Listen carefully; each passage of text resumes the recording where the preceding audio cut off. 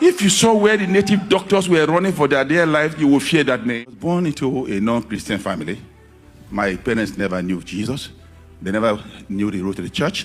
So I never had any access to that name as I grew up. That was my state. The only son of my mother. It was a polygamous home, very chaotic.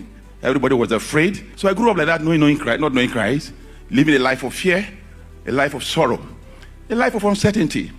I got to school. By the grace of God, I was able to pass my exams. And while I was in school, I tried my hand in so many things.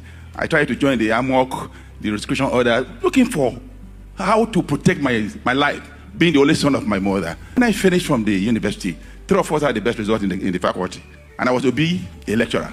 So while I was doing my youth service, armed robbers came to attack the Corpus Lodge. And that changed the whole scenario. I said, so one day I will be in my house, my wife, armed robbers will come, and I won't be able to fight back. It was believed that unless you had charms, you won't be able to succeed. And I believed that story, so I went all out gathering charms everywhere.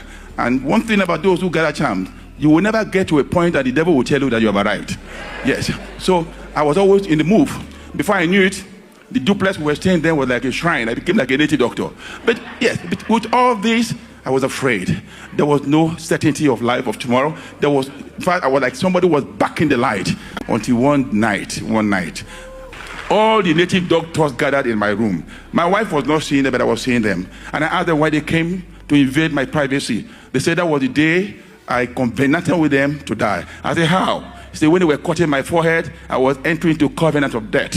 And I said, why? They said that was the covenant. But I couldn't do anything. The charms were there, but I couldn't use them. But something happened just before they killed me. A name that I've never mentioned. That name we have been singing about this morning. With the little strength I had left in me, I just said, in the name of Jesus. When I said so, it was as if the heaven opened and fire came from above. And the speed of the fire was faster than the speed of light.